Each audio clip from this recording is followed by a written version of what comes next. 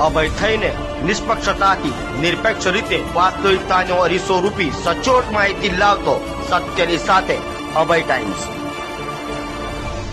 ये काम में सोना साहब ने और नकुम साहब ने हमारी बहुत हेल्प की है। 3 साल से हम लोग इतना सा हैरान थे ना, हम लोग बहुत परेशान हो गए थे सर। तो क्या घर पर फ्लैट हमारा सर घर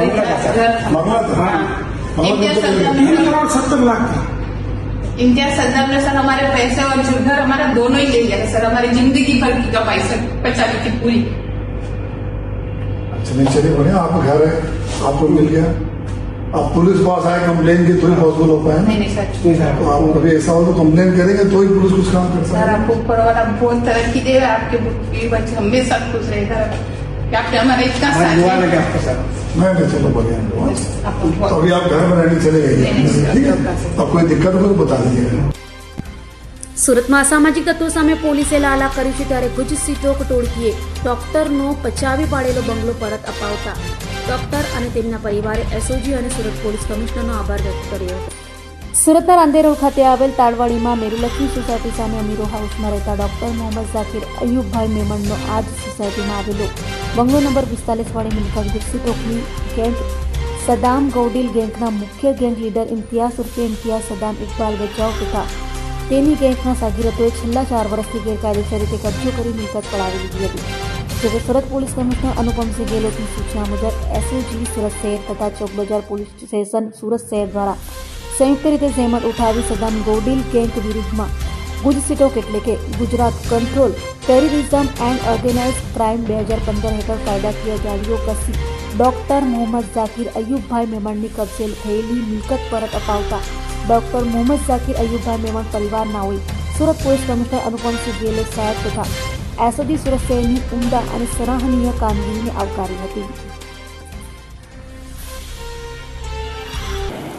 આરોપી જે છે સદ્દામ ગુડીલ ગેંગનો ઇમ્તિયાઝ સદ્દામ અને ઉમર પિલ્લા જે છે એને જો ડૉક્ટર ઝાકીરનું જે ઘર છે એ પચાવી પાડેલું 3 વર્ષ પહેલાં એને 10 કરોડનું એક બિલ્ડિંગ બતાવીને એમાં રોકાણ કરવાનું છે એમ કહી અને 3.70 કરોડના પોતાના બંગલાની જે છે એ રકમ ઉપજશે એવું કહી અને 370 પહેલાં બિલ્ડિંગમાં જમા થઈ ગયા। એ રીતે એનું ઘર જે છે ખોટા કબજા રસીદથી પડાવી લીધેલું 3-4 વર્ષથી પોલીસના ધક્કા ખાતો હતો। ત્યારબાદ ઇમ્તિયાઝ સદ્દામ ગેંગ વિરુદ્ધમાં ટોટલ અત્યારે 7 અને અગાઉના 13 એમ ટોટલ 13 ગુનાઓ દાખલ થયા છે। ગુજ સિટોક પણ દાખલ થતાં સજ્જાદ કાપડિયા કરીને જે જુગારી છે જેણે આ ઘર ઉપર કબજો કરેલો હતો તે ત્યાંથી ઘર મૂકીને ભાગી ગયો અને જે ચાવી છે ઘરની એ એસઓજીમાં આવીને એને જમા કરાવી દીધી અને કીધું કે ડૉક્ટર ઝાકીર હુસેનને આ પરત કરવામાં આવે।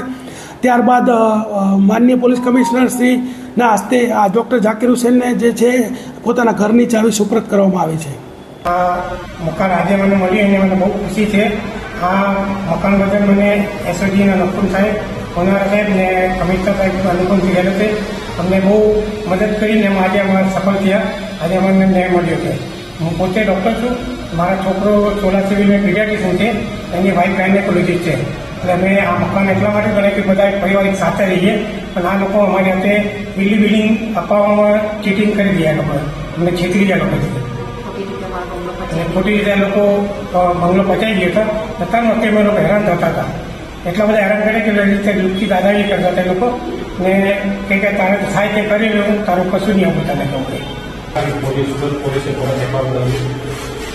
અમે તો પહેલા તો સુરત પોલીસનો ખૂબ ખૂબ ધન્યવાદ કહેવા માંગીએ છીએ કે અમે આ પિછલા 3 વર્ષથી હેરાન થતા હતા। આમાં અમારો નકુમ સાહેબ, સોનારા સાહેબ અને કમિશનર સાહેબે અમારો બહુ જ સાથ આપ્યો છે। એના બદલ અમે ખૂબ ખૂબ એમનો આભાર માનીએ છીએ। આ જે વ્યક્તિઓ હતા તેમને તમારું મકાન જે પડાવ્યું હતું, આ બાદ તમને કેટલી હેરાન કરતી હતી?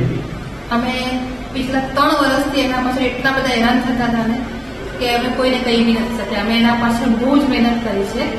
તે બહુ માથાભારે માણસ હતો ને કોઈના કયામાં આવતો નહીં હતો ને લુખ્ખી દાદાગીરી કરતો હતો અહીંયા આવીને અમારી પાસે।